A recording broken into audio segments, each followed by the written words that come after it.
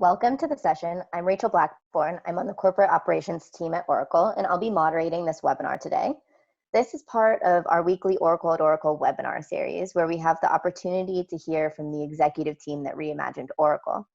In this series of webinars, we share insights from our own journey to the cloud and demonstrate how we are using Oracle Cloud to power our business and enable exceptional customer and employee experiences, and share the learnings we get along the way so that you all can do the same. All right, over the next 45 minutes or so, we will hear about Oracle's automated close and how we have recently been able to close our books and report earnings in less than 12 days with Oracle Cloud. Now I'll hand it over to your webinar hosts for today, Maria and Nair, to introduce themselves. Thank you, Rachel. Hello, everyone, and you're all very welcome, and thank you for joining us today. My name is Maria Smith, and I'm Senior Vice President, Assistant Corporate Controller here at Oracle. One of my responsibilities is closing our monthly and quarterly US GAAP accounts, and another one is filing our local entity financial statements in Americas, Europe, and Asia. Nair, I'll hand it over to you. Thank you, Maria. So my name is Nair Siddiqui. I work for a group called Oracle Application Labs. We are the internal IT group within Oracle. We report in through to product development, and our remit in life is to implement our products internally for all of our subsidiaries. And in that regard, I work very closely with Maria and her team in these implementations.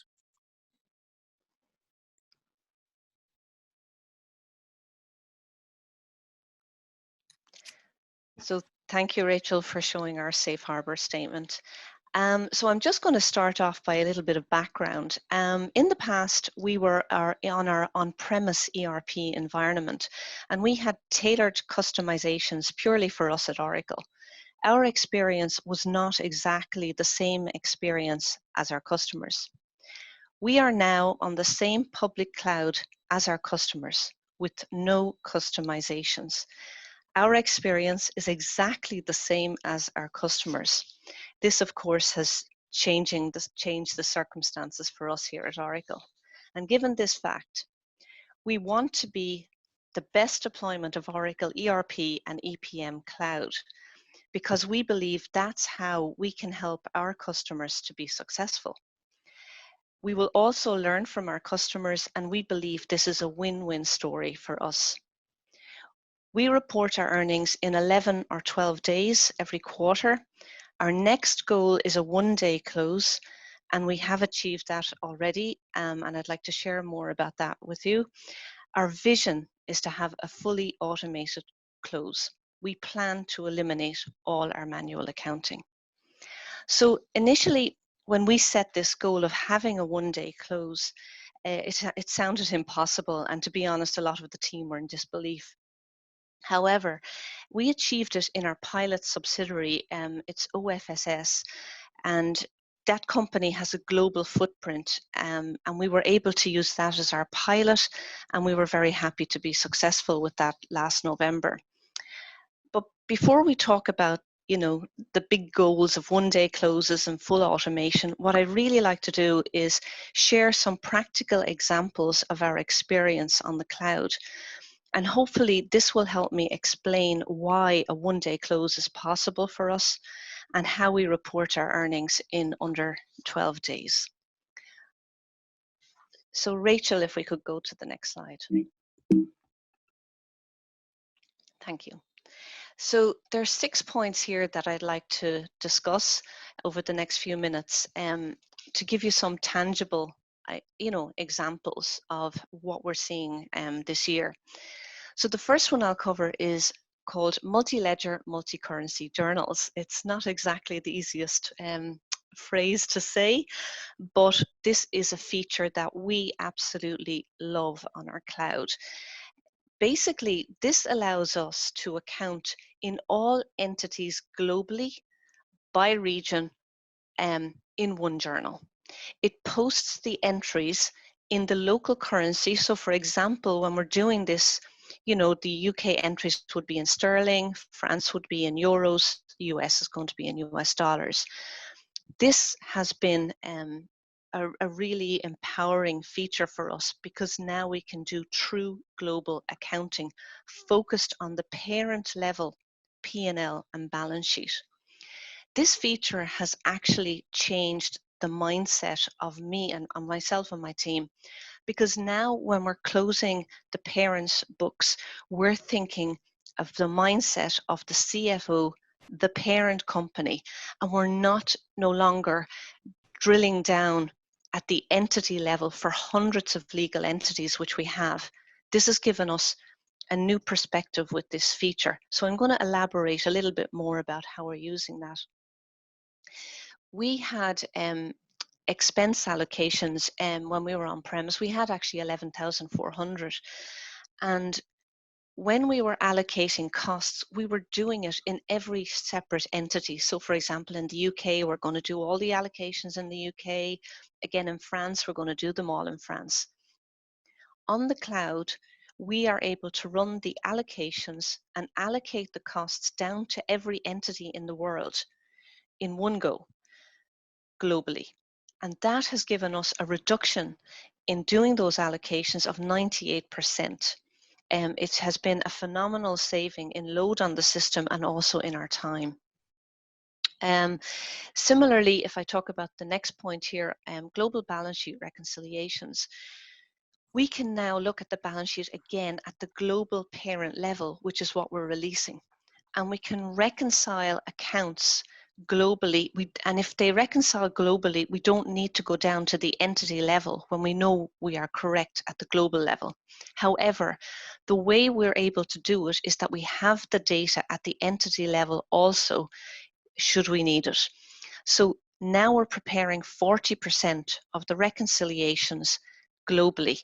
You can imagine how much speed this is giving us during our close. The next point there is actually a huge win for us. We're using AGIS to do our intercompany tie-out. Maybe many of you are aware, but Oracle has done over 150 acquisitions over the last few years. So when we're tying out our intercompany, that has had challenges over that time. But now we're tying out our intercompany in 1.5 hours in every close. It's been an amazing achievement. And obviously has led to huge speed for us.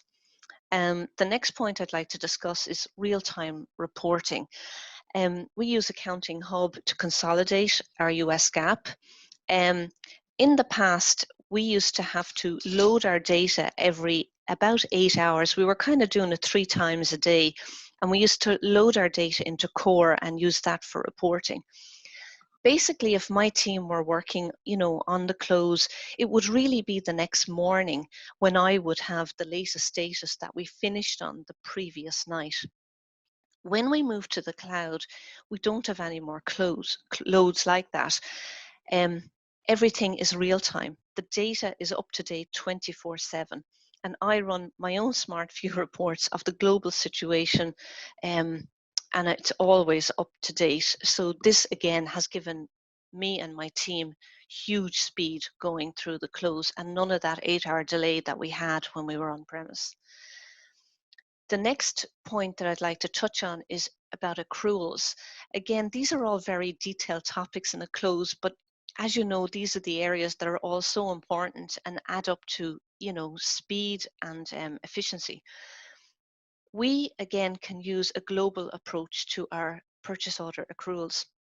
So, for example, we run one report of all the open POs across the globe, and we can do that now in 3 hours. It has been a huge saving in the amount of time we spend on this area in our close. And actually, where we're at now is looking at how we can actually reduce that 3 hours to 0, because that's how we get from a 1-day close to full automation. And similarly, the other examples I gave, like for example, the intercompany, we want to get that 1.5 hours down to 0. And the last point I'd like to mention is the bank reconciliation area. This is so important to make sure the accuracy of our data when we're closing our books. In a company like Oracle, and I'm sure many of yours, we have tens and tens of thousands of transactions coming through in every close. In ERP, we can import the bank statements automatically. And the experience that we're having now is that we've reached 92% automatic reconciliations of that volume. And we are now working on how do we get to the last 8% so that is fully automated. One nice feature we have is if the team goes in and matches a transaction from the bank statement to a transaction that came through in our GL, the following month, that matching will be proposed to the user. So there's a certain amount of learning happening every month as well that will help us get to 0% basically in this area. So if you could go on to the next slide there, Rachel, that would be fantastic. Thank you very much. Just in moving on to this slide, the one-day close, I did want to mention something very, very important for us, which is we focus on the one-day close for parent gap, but we're equally focused on the automation of our local statutory gap. The point being, the investment in our technology covers both, preparing the parent level gap, and also because we have hundreds of legal entities, about 50% of our resources is based on the compliance, filing all the statutory accounts around the globe as well. So it's very important that we get double the return on this investment and that we plan in a way that gives us efficiency in both. So that's a mindset that we're taking into still focusing on the parent gap and the automated close. When we talk about, under ERP, the first 2 points there, integrated systems and the single source of truth. And again, I'm sure many of you on this call have heard, Oracle talking about this point, but recently my team, we were talking about the fact that we see our close almost like a relay race. And I just wanted to give you an analogy as to why this is so important. When you're going through the close, you've got to close your fixed assets, you've got to close, your project accounting, your AP, all, supply chain, all of the different subledgers that feed your GL. In our case, because all of these are integrated, basically, when you hand over that baton, it's instantaneous and we don't lose any time. And the data that is passed over is exactly the same. So if you're going for speed, you can imagine why having this integration and one set of data is so foundational to getting us to this one-day close. And as I say, that's an analogy that myself and my team loved to talk about, is passing the baton in the close, and this is why this is so important. Global chart of accounts, I know Nair is going to talk about this later as well, but really we moved from about 32 chart of accounts to 1 chart of accounts, and that was something that in hindsight, if we had our way over again, it's something we would have tackled, I think, even earlier. This really means that we talk the same language across all our teams when it comes to, for example, report running.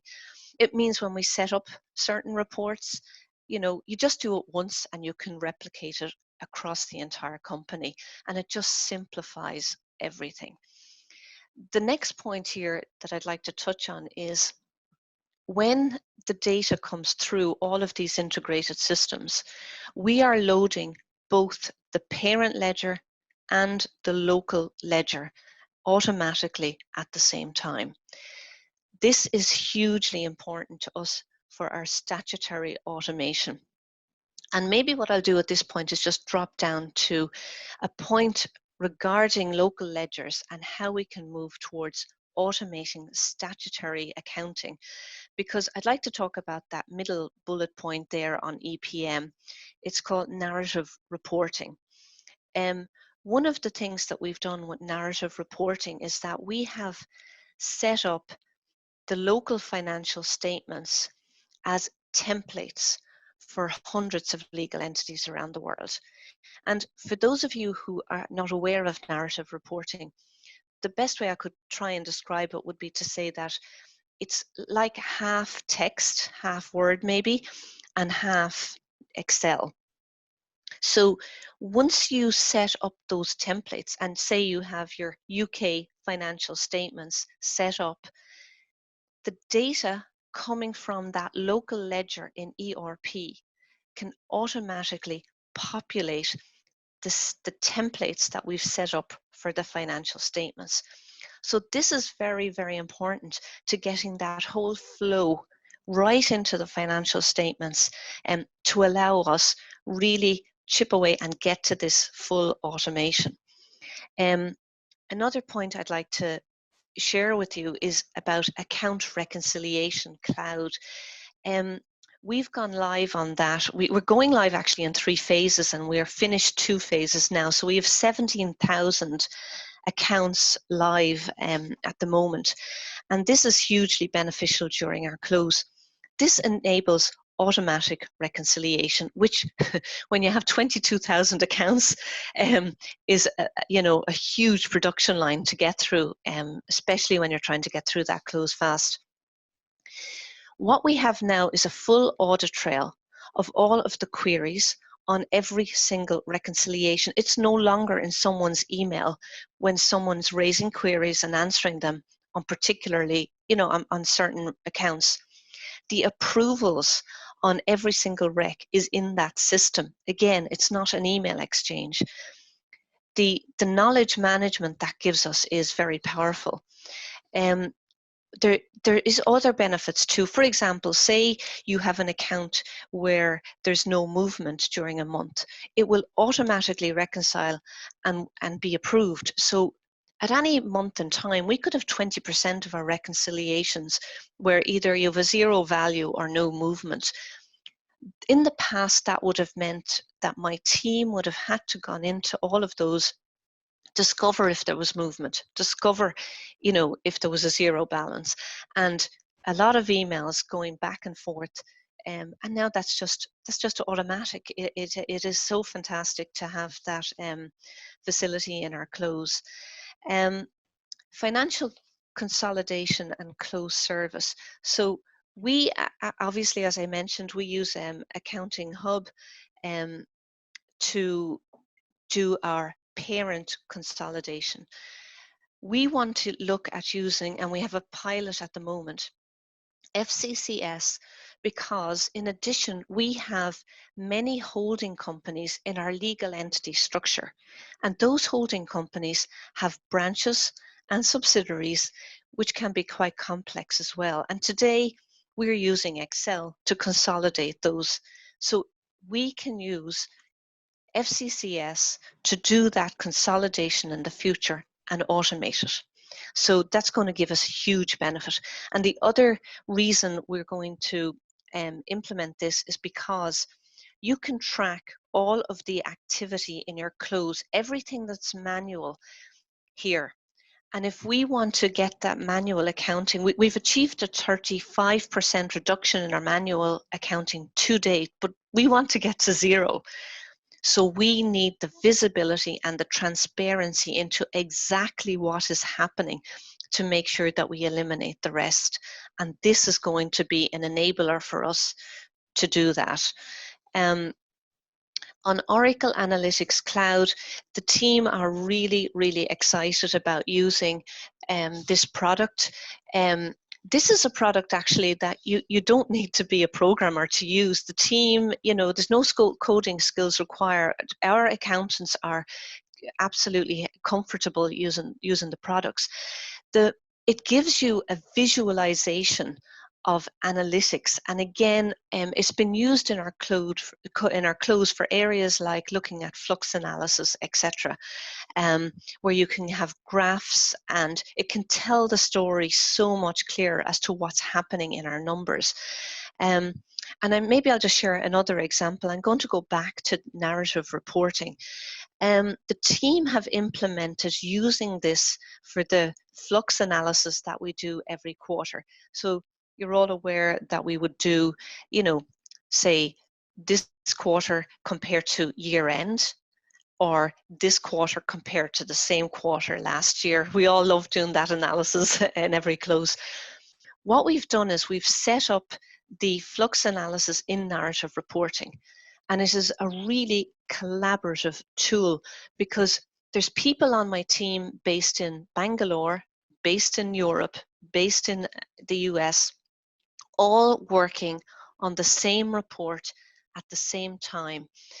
And they find that the fact that you know it's much faster, there's no overwriting, there's great version control there, and it really helps them when it comes to preparing this reporting, which is fundamental as well to going through our close. I think if we go on to the next slide, I'd just like to cover, I'd like to just talk a little bit about our role in finance and how it is changing because of all of this technology and what it's enabling us to do. And what we often talk about is that our role, accountants were often referred to and still are, you're in the back office. And if anything, what has happened to us since we've moved on the cloud is that we are very much in the front office of Oracle. It has changed our role. I'll give you an example. The optics around making your close faster and releasing your earnings faster, you say that's about speed. What we've really learned is that it's actually about efficiency. It has really been a learning to see, while you're focusing on speed and taking time out of your close, the reality of what's happening is you are stopping doing anything that's unimportant. You're stopping anything that's immaterial. You're thinking like the CFO. You're not thinking at the entity level anymore. And that has been a game changer for us. And the other optic that has been a big learning for all of us has been, we would have said speeding up your close was about finance. And I can tell you, this is about the whole company. It has meant huge collaboration with every different part of the business, from sales to product development. It has just been amazing to see how working on shortening that close and speeding it up has meant we all have to collaborate together to make that happen. So the whole company is actually getting the benefit through this goal and vision that we have here at Oracle. The next point really is one, when we talk about, we have technology and now it's about leadership and sociology. Safra Katz, I have to credit, she's the person that brought this word sociology into our organization. And, it really is about a mindset and change management that's required. So, for example, 2 companies can have this technology, but 2 companies can have 2 very different experiences with this technology, depending on what the leadership wants to achieve and wants to do with it. We're firmly of the belief that if we stay the same, we're really moving backwards. And another thing that we have really learned is, sometimes you go at a project and you'll say, we'll go for maybe a 20% improvement or increment. But really, a big learning for us has been set the goal very high. To be honest, it's a bit like what we're all experiencing at the moment in these times with COVID, where maybe we had thought about things like working from home before, but suddenly this happened and we all have to work from home immediately. It just had to happen. Similarly, when you set a goal and set it fast, it unleashes all of the innovation much faster. And that it certainly is, an approach that we've taken. And in my learning, it's one that I believe definitely works better. Another learning, and for us has been creating a team, and we created a team that was focused on this transformation within my organization. They're called the Finance Transformation and Automation Team. And basically what we found was when we started working on this, the team were getting dragged back into month end and back into quarter end, and we weren't getting the speed that we felt we needed. So by saving time through some of the automation I mentioned on the last slide, and then redeploying that headcount into a team that was outside of the deadlines, and that they could focus 100% on this goal and this technology, it has been a game changer again, because they have all, they have full time to understand the products, to understand how we can implement them, and to understand the benefits we're going to get from those. So that is something that has changed in my team as well, is creating different roles because of the time that we freed up through some of the automation I've outlined. The next point is one where, Naira and myself on this call are definitely testament to this. I think Naira and myself started working about 20 years ago in two very, very different roles in Oracle. And over time, the working relationship with product development has changed at Oracle. Now we really have a partnership. And that makes so much sense, because we are on the same public cloud as our customers, and we're a very big customer. So to give you an example, during last quarter end, the product development team came and sat alongside my accountants and controllers and shadowed every single thing they did as we went through that close, because they are observing, where are you doing manual tasks? And together now we have a list of areas that we want to then make sure we can start to automate for future releases, and work together to make this even better, and a better experience for our customers, but also our employees, because it's really important that the employees have a good experience and are efficient as well. The last point I guess I would make here is one that a customer made at Open World, and he was talking about how he was motivating his team the day that they went live on the cloud. And his expression was, today is like you're driving to work in an old car, and when you leave work today, you're going to be in a brand new car. But the point is, with updates, your car is always going to be a new car. It's never going to be an old car again. So I liked his analogy, and as I say, I always like to share ones that are coming from our customers. So on that, I think we're on to the next slide there, Rachel. And over to Thanks, you, Nair. Yeah, thank you, Maria. So Maria has spoken about a vision and a lot of new features, new technology, etc., that has been implemented that actually has allowed her to achieve already a one-day close for a particular subsidiary of Oracle, OFSS. Now that didn't happen by chance. Actually, it happened because we established a very strong foundation upon which we could build and implement our products. And I list here some of the key attributes that I would like to talk to. This is by no means a exhaustive list, but I'd like to go through these item by item. So the first item is the chart of accounts. Now, Maria mentioned, when we were on premise, we had 32 different chart of accounts. With GL on the cloud, we moved to one global chart of accounts. And that was an exercise in its own right. However, once you get there, it's important that you maintain that chart of accounts. There needs to be some discipline around it. And we maintain our chart of account values, our hierarchies in DRM, data relationship management. And there's a cadence we follow at set times in the month and in a quarter.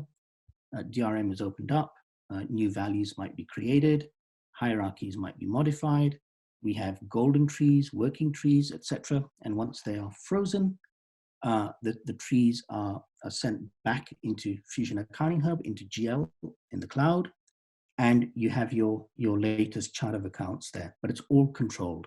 So that's the first thing, maintaining that chart of accounts. The second thing is, when you implement on the cloud, you actually have a clean slate. The last thing you want to do is pick and shift whatever you have on premise and put that onto the cloud. We took this opportunity to review how our business structures are set up. You need to set up your structures so that your business can expand and you can add new entities, new subsidiaries quickly. Of course, businesses are not static. Therefore, we looked at our business unit structure, we looked at our ledgers. We today operate with, in many cases, with multiple legal entities within a business unit, for example, in India and in China. We have requisitioning business units, we have finance business units, we have procurement business units. So it's important that that structure is thought about based on how you are modeling your business. The third important point is, with the Fusion product and with GL in particular on the cloud, you get some really nice functionality. And Maria alluded to this earlier. The allocations engine is a hugely powerful Essbase engine. Essbase actually is bolted on as part of GL, so you have the relational tables and Essbase kind of talking to each other. And it's a rules-driven allocation wizard. And as she mentioned, we used to have over 11,000 allocations on premise. We reduced that to just over 200, about 200. A huge, significant reduction. And that was possible because the wizard and the rules allow you to write better allocations, and those allocations actually also run faster. And they store data real time in the Essbase cube, including rolled up numbers, using the hierarchies. The fourth bullet point here is the standard code. So we on SaaS have implemented 100% standard code. There's zero customization on SaaS. We do have some customizations, but those are on PaaS. And the advantage of those PaaS customs is it allows you to leverage the data you have in SaaS using web services, and you can then, pull that data across, manipulate it in PaaS, and send it back to SaaS. But the SaaS code is 100% standard code. And in my next slide, I'll actually talk to why that is hugely important. The global setups, on EBS, you use responsibilities to access the system, be it the subledgers or GL. That changes in Fusion. You now use roles. Roles have duties and data access sets. You should take this opportunity, we took this opportunity to review who has access to what and why do they need that access. So we cleaned up the access. And also this was in line with SOX and audit, etc. You do get roles out of the box. You can tailor those roles using profiles, but it's important that you do review your access and what people have access to. Take this opportunity to do a cleanup. The last bullet point is hugely important. With Fusion Accounting Hub, with GL on the cloud, Essbase is bolted on. So every time you post a journal in GL, not only is it updating the relational tables, in parallel, simultaneously, it's updating the Essbase cube. Now, the beauty with the Essbase cube is the hierarchy is all stored in the Essbase cube, and the Essbase engine automatically, real time, as you're posting data in GL, will automatically update using the hierarchies your rolled up totals. So you'll see your regional totals, you'll see your line of business or your cost center totals, etc. You don't now need to wait and run a concurrent request or an ESS job and wait, X number of hours to see your rolled up numbers. The beauty here is that with this powerful feature, Maria and her team can now access real-time data immediately. I'll go to the next slide. So what are the benefits of the establishing or building that strong foundation? So the first thing is, everyone's business, our business for sure, is continuously changing. We get new subsidiaries being requested, we get legal entity changes, etc. And using the functionality in Fusion, there's a module called the legal entity configurator. We use that now to store all of our legal entity names, legal entity addresses, etc. So gone are the days where we had to hard code all of that stuff, and if a legal entity name or an office moved and you had to rapidly ensure that the right legal entity address is shown on your customer facing documents, gone are the days where that became an onerous project. We can do this now real time. So there's a huge win here around how you've set up your legal entities and how you're leveraging the standard product. The second point here about the quarterly upgrades is hugely important. Because we are on 100% standard SaaS code, we take the latest upgrades every 90 days. So every 90 days, we apply the latest upgrade to our SaaS cloud environment. And the beauty with that is that with every upgrade, you're presented with a list of new features. And it's up to, we work with Maria and her team. We decide whether we want to uptake those features immediately or we want to uptake them at a later date. You can, you don't have to uptake them at the same time. You can turn them off. But the point is this: when we were on premise, we couldn't upgrade our on-premise environment for years, 3 years, 4 years. And the reason why was because it was hugely customized. So if you had to upgrade on premise, the first concern was, whoa, all my customs are going to break, month end will be impacted, we've got to rebuild all our customs. Those days are over. We upgrade every 90 days. Because we upgrade every 90 days, some of the features that Maria spoke about, narrative reporting, the account reconciliation, the smart view reports, etc., and a whole host of new features, those are available to us. We're in the business now of ROI, return on investment. We can now really work with Maria's team and really add value, with the projects we are delivering. The support burden is hugely reduced. We don't have customs on SaaS. We have some PaaS customizations, but those are not the major part of the flow. Those are for reporting or analysis, etc. So the month-end support effort on supporting SaaS during a month-end is hugely reduced. Gone are the days where transactions would fail or transactions would get stuck, and then you're worrying or figuring out, is it an issue because of the standard code, or is it an issue because your custom has interfered with the standard code?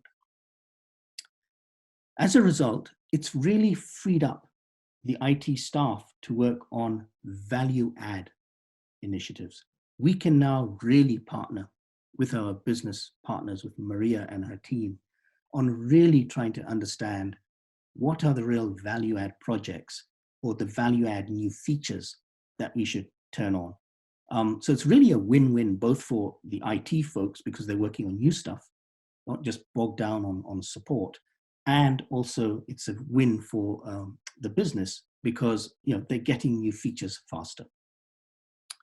The last point here, the self-service reporting, Maria touched on this, but I can't stress how important this is. The ability to see real-time rolled up numbers is hugely powerful. Using, there's OTBI. OTBI is basically a set of end user views that come out of the box. You can build business intelligence publisher reports on top of OTBI to look at real-time data. We also use Smart View and Financial Reporting Studio that goes straight into the Essbase Cube and pull out your numbers, rolled up numbers, etc. And all of this is real-time data. We don't have to wait anymore, overnight to wait for reports to run. I'll go to the next slide. Maria, I think this is your slide. Thank you, Nair. So again, in the interest of time, I'll try and be as fast as I can to leave some time for questions. So some of the lessons that we learned here, were actually quite critical now in hindsight when I look back and think about it. So for example, I mentioned that with the company OFSS, we used that as our pilot to get to the one-day close. Having a subsection of the company that you use as a test case and proving everything out on that test case is really, really helpful. What we did when we, took one part of the company and, went live on the cloud on that part of the company was we rotated our teams into that company and made sure that they could learn everything to do with the cloud month in, month out on that company. And then they went back to their role, say on, it could have been on another subsidiary in Oracle, but they were ready and trained that when Oracle went to the cloud, they already had used it on the test pilot company. In addition, they really were the people, by rotating them, that became ambassadors. They just couldn't wait for the move, and they didn't actually like going back. So that was a very successful thing to do, to get the number of people in the organization familiar and trained up and ready to go when we went big bang across the whole of Oracle. That really covers the first 2 points. When you're looking at a risk-based approach, we thought about things like we'll always go live on the first month of a quarter, because obviously that gives you more runway before you hit your quarter end if anything comes up that we didn't think about for user acceptance testing. And another example there would have been in data migration. We used it as an opportunity to clean up and make sure that we only brought across good and live data onto the cloud. I guess when you go to do some, a big change like moving to the cloud, it really should be looked on as an opportunity where you really can reimagine your processes. So we had simple things like, if somebody asked, why are you doing that? And the answer we never wanted to hear was, we always did it that way. There were some key words that we got used to hearing, and we knew we really needed to dig deeper into why we were doing things we were doing. Some examples would be, along the way, over the years, maybe tax, maybe legal asked us to gather certain data as we were going through our close, or even in the sub-ledger processes where maybe in purchasing or procurement, we were gathering certain data because maybe it was tax needed it. But when we went back and checked, we realized that an awful lot of the data that we were gathering was never used. So we started to ask ourselves in every process, who is using the data? And is it actually helping somebody make a decision? And if we weren't getting positive answers on the two of those, we completely simplified the process. The next point really may be obvious, but I would like to say it. It's about how it works between the teams by engaging and empowering them, and then what is the role, really of the executive, the senior executive in the company in relation to a project like this. What worked for us was that the senior management will basically say, I want you to achieve this by this date. In other words, they gave us the goal of where they wanted us to be in a certain timeline. And they didn't waver on that. So no matter what challenges came our way as a team, senior management completely had our back, and they did not allow obstacles to be, put in our way that, stopped us getting to where we needed to go. What senior management also did for us was they empowered us. And we in turn empowered the team. And for me, again, this is something that I think is it just makes so much sense, because the teams understand the detail. They really know how to innovate to make this happen. So I think that nice, I would call it, handshake there between setting out the goal, giving the timeline, and then empowering the teams to go ahead and innovate and figure out how to get there, was a really nice way and a nice balance, and very motivating for the teams. In other words, you can figure out how you get there as long as you get there. So it really gave people an opportunity to develop and learn and try new things as well, over the time that we went live. I think I touched on this already, but one of the lessons that we really learned, particularly in the M&A space, was how agile we've become. And again, we can see it recently with the COVID situation that we're all experiencing, because we moved to working from home during March, and we were kind of slightly concerned about the first month, all of us working from home. And when I say all of us, I mean the entire company, and everybody touching every transaction in the company obviously ends up in your monthly P&L and balance sheet. And I had said to the team,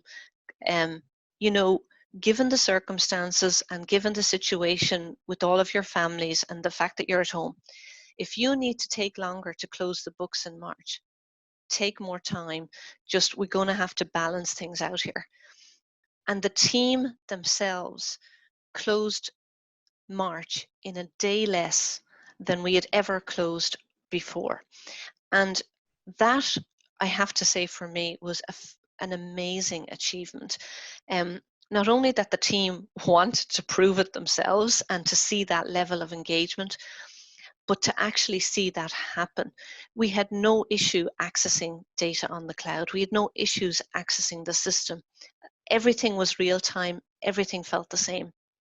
So agility it gives us in these times, and agility it gave us when we were doing our acquisitions has been really, really helpful. And maybe just one last point I'll just make is I was talking about integration earlier, and being agile. When it comes to reorganizations or M&A, the fact that we're integrated with HCM is also very, very helpful, because once the data on the people is inserted in HCM, again, it's instantaneous in our ERP.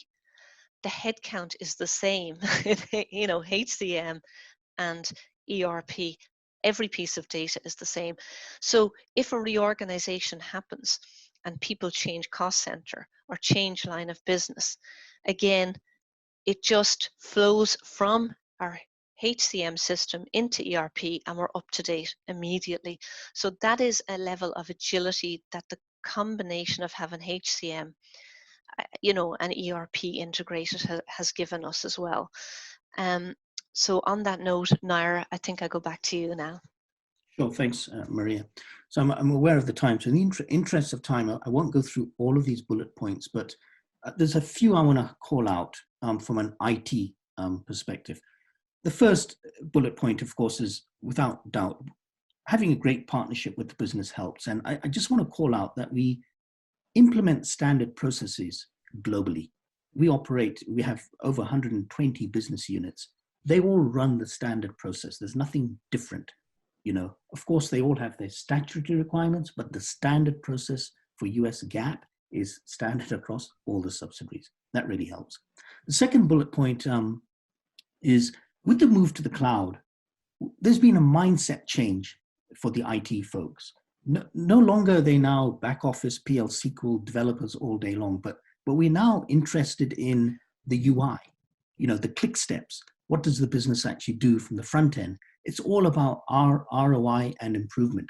Plus, in parallel, it's given us also the opportunity to learn about how to operate on the cloud. web services, extracting data from SaaS, building PaaS applications, sending data back to SaaS, all using standard web service calls. We never used to do that on premise. So that's been great. The third bullet point is hugely important. We still do operate some of our receivables function on premise. Okay, that's being moved to the cloud as we speak. Our investment, or your investment in EBS on the on-premise is maintained when you move to the cloud. And the way it's maintained is, out of the box, there's a feature called the coexistence model. So as you are posting your journals in EBS into EBS GL, using standard functionality, you can map your EBS chart of accounts to your global chart of account segment values, which are on the cloud. And using standard functionality, when you press the button, once you've posted everything in EBS, you press another button and it will pick up that data. It will transform it using the mapping into your new segment chart of account values, and it will populate the data in the cloud, ready for you to post those journals. So your on-premise activity, your transactional processing, is not compromised while you're setting up GL, Fusion Accounting Hub, or your GL, or your new chart of accounts on the cloud. That is a hugely powerful feature.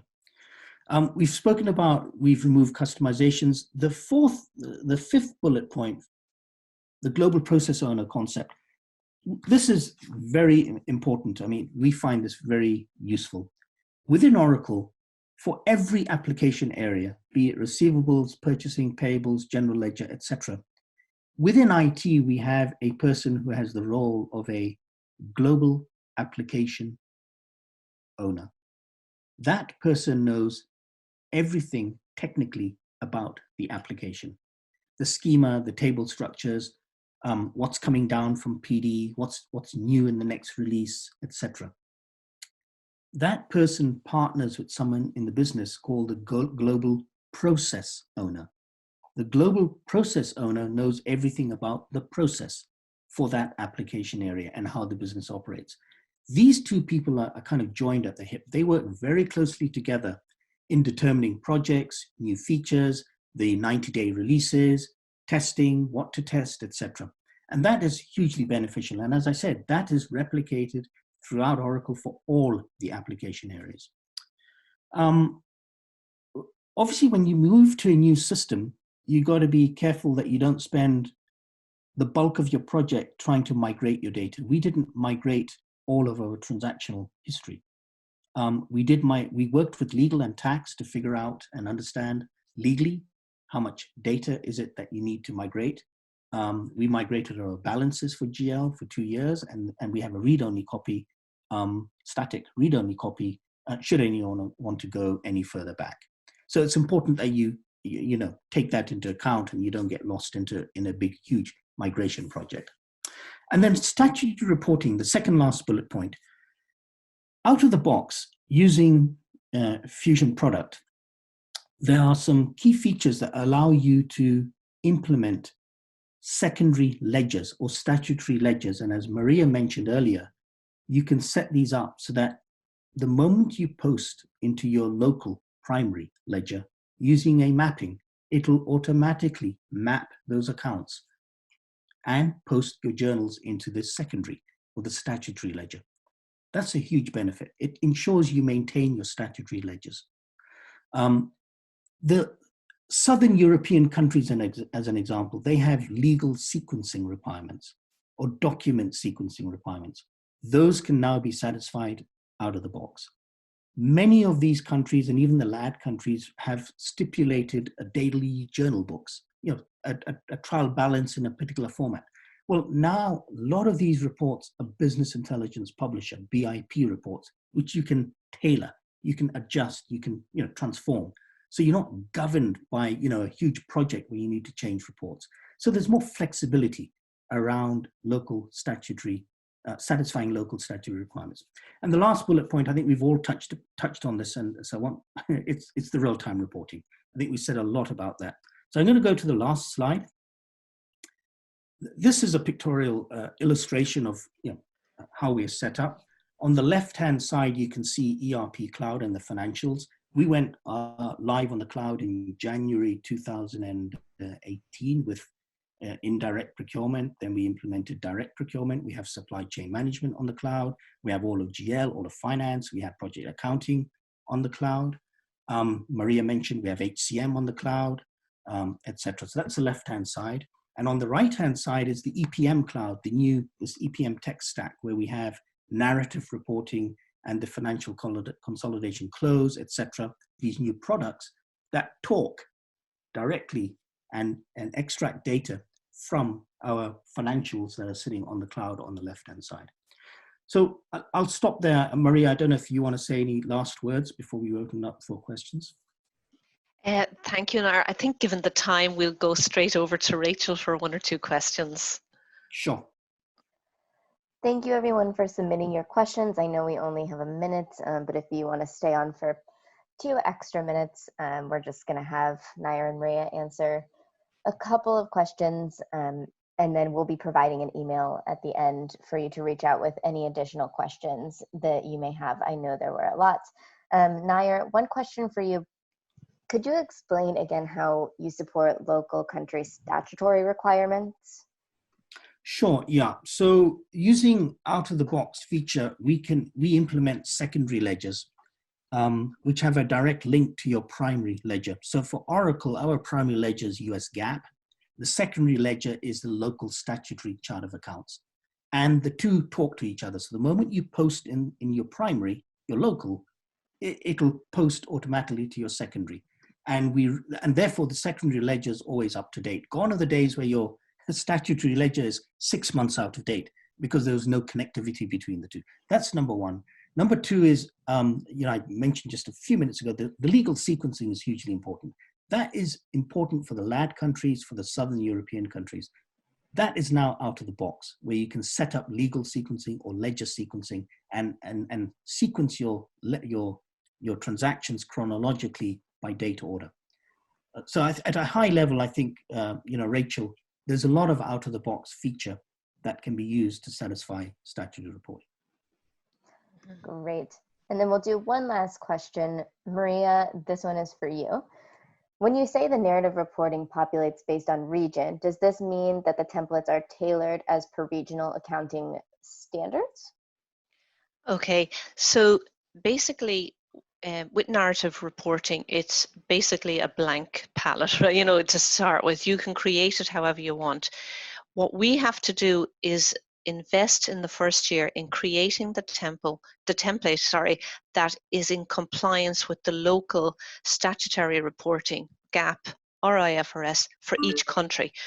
Where we can get some efficiencies is there are some similarities, for example, across all the IFRS countries, and we can replicate that and copy it across all of those stats.